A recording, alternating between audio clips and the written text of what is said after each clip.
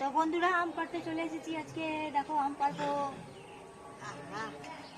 আমটা দেখেই লোভ লাগছে।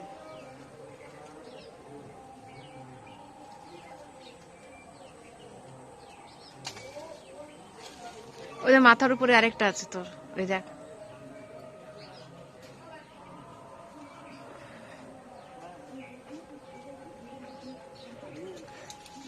আচ্ছা তুমি এটা পারো। কি দারুণ, কি বড়।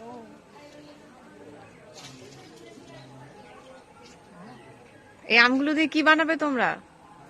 আরো আম আছে, সব পারবে তো? চাটনি বানাবো। চাটনি, কাঁচা আম মেখে খাবো। দারুণ সেন্ট, হেভি গন্ধ কিন্তু। হেভি গন্ধ।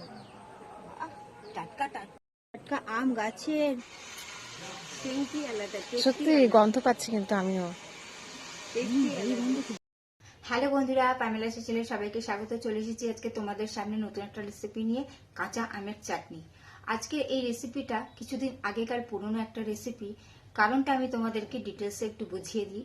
তো গত মে মাসের 1 তারিখে আমরা গেছিলাম আমার জামাইবাবুর বাড়িতে। একটা অনুষ্ঠান ছিল। তো সেখানে আমার জামাইবাবুর বাড়িতে অনেকগুলো আম গাছ আছে।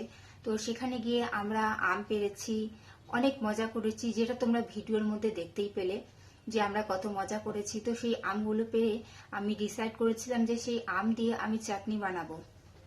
তো বাড়িতে আসার পর 2-1 দিন বাদে যথারীতি আমি সেটা দিয়ে চাটনি বানিয়েও ছিলাম, কিন্তু পোস্ট করা হয়নি কিছু কারণবশত। তার কিছুদিন বাদে হঠাৎ করে আমার ফোন মেমোরি ফুল হয়ে গেছিল, যার জন্য আমি সমস্ত কিছু ফোনের ডিটেলস আমার বাড়ির ল্যাপটপে ট্রান্সফার করেছিলাম। কিন্তু তারপরে আমার মাথা থেকে জিনিসটা বেরিয়ে গেছিল। তারপরে আমি ওর কিছুদিন বাদে আমি আবার ল্যাপটপটা একটু ঘাটাঘাটি করছিলাম।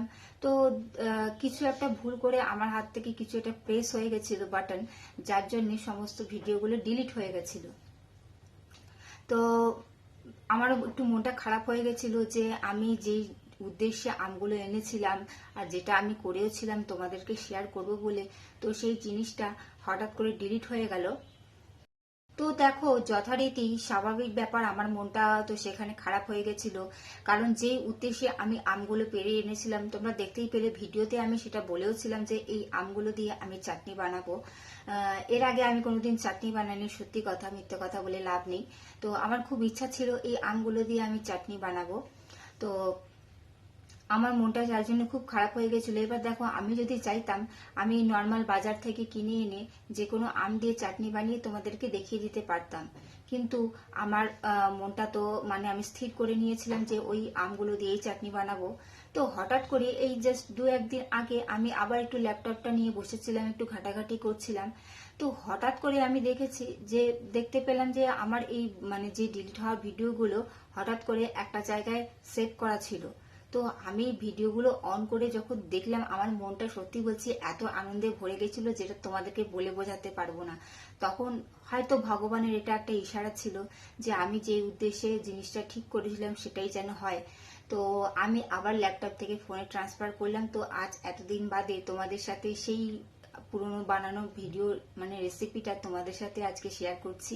তো আমার যথারীতি অনেক আনন্দ হচ্ছে। তো তাই জন্য আজকে অনেকদিন বাদে তোমাদের সাথে সেই রেসিপিটা আমি শেয়ার করতে এসেছি।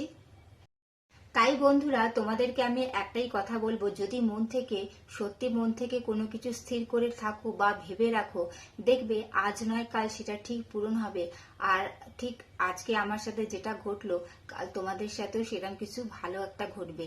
তাই আশা কোনোদিন ছাড়বে না, যেমন আমি ছাড়িনি। আমি ভেবেছিলাম হয়তো যদি আমার কপালে থাকে ঠিকই আমি পাবো। তো আজকে দেখো, তোমাদের সাথে আমি সেই ভিডিওটা শেয়ার করতে পারছি, তো আমার খুব আনন্দ হচ্ছে।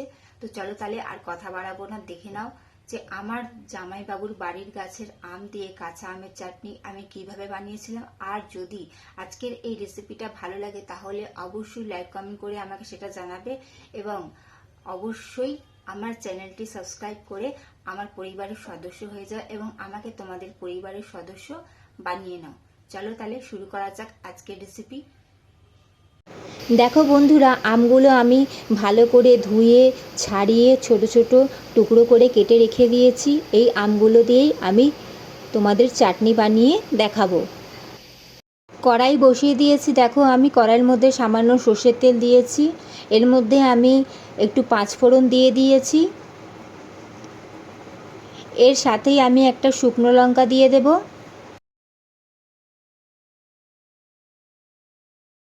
ফোড়নটা আমি ভালো করে দেখো ভাজা করে নিয়েছি। সুন্দর একটা গন্ধ বেরিয়ে গেছে। এখন আমি কেটে রাখা আমের টুকরোগুলো পুরোটা এর মধ্যে অ্যাড করে দিচ্ছি।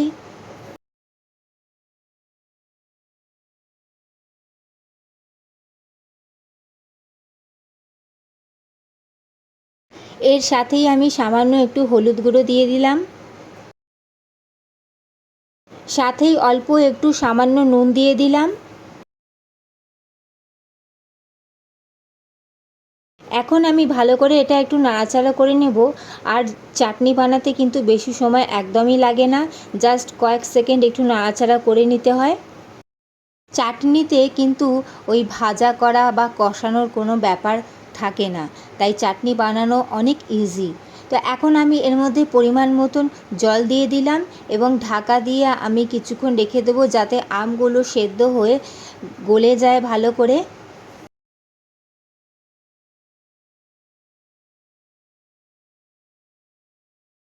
গ্যাসের ফ্লেমটা কিন্তু হাইতেই রাখতে হবে। আর দেখো আমি 2 মিনিট বাদে ঢাকনা খুলে একটু তোমাদেরকে দেখিয়ে দিলাম কত সুন্দরভাবে ফুটছে। এখন আরও 1 মিনিট বাদে তোমাদেরকে ঢাকনা খুলে দেখাচ্ছি আমি। আমগুলো অলমোস্ট একেবারে সুন্দরভাবে গলে গেছে, সেদ্ধ হয়ে গেছে। দেখো কি সুন্দর সেদ্ধ হয়ে গেছে আমগুলো। আমটা যখন আমি কেটেছিলাম আমি একটু খেয়ে দেখেছিলাম, আমটা কিন্তু অতটা টক নয়। তো সেই হিসাবে আমি এর মধ্যে এখন চিনি অ্যাড করে দিচ্ছি, কারণ যদি টক বেশি থাকে সেই ক্ষেত্রে চিনির পরিমাণটা কিন্তু অনেকটাই দিতে হবে।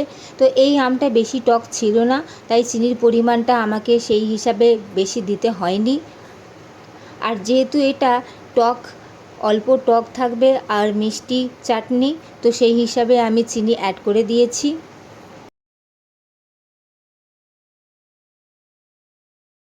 কাঁচা আমের চাটনি অলমোস্ট একদম রেডি হয়ে গেছে।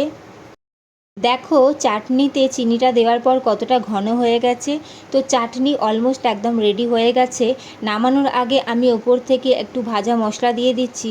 আর এটা হলো পাঁচফোড়ন, আমি শুকনো খোলায় ভাজা করে নিয়ে সেটা গুঁড়ো করে নিয়েছি, সেইটা আমি দিয়ে দিচ্ছি ওপর থেকে, যেটার জন্য এর টেস্টটা একদম দ্বিগুণ বেড়ে যাবে।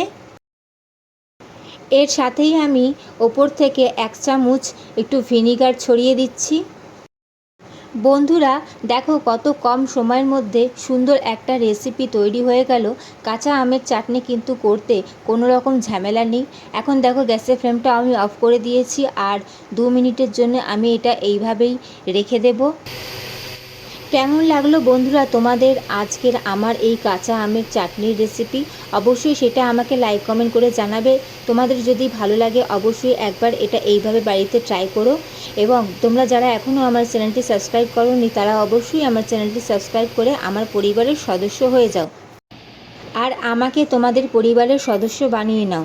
তো চলো তাহলে বন্ধুরা আজকের মতন আসি, দেখা হচ্ছে আবার খুব তাড়াতাড়ি নতুন কোনো রেসিপি নিয়ে। ততক্ষণ তোমরা ভালো থেকো, সুস্থ থেকো। চলো টাটা।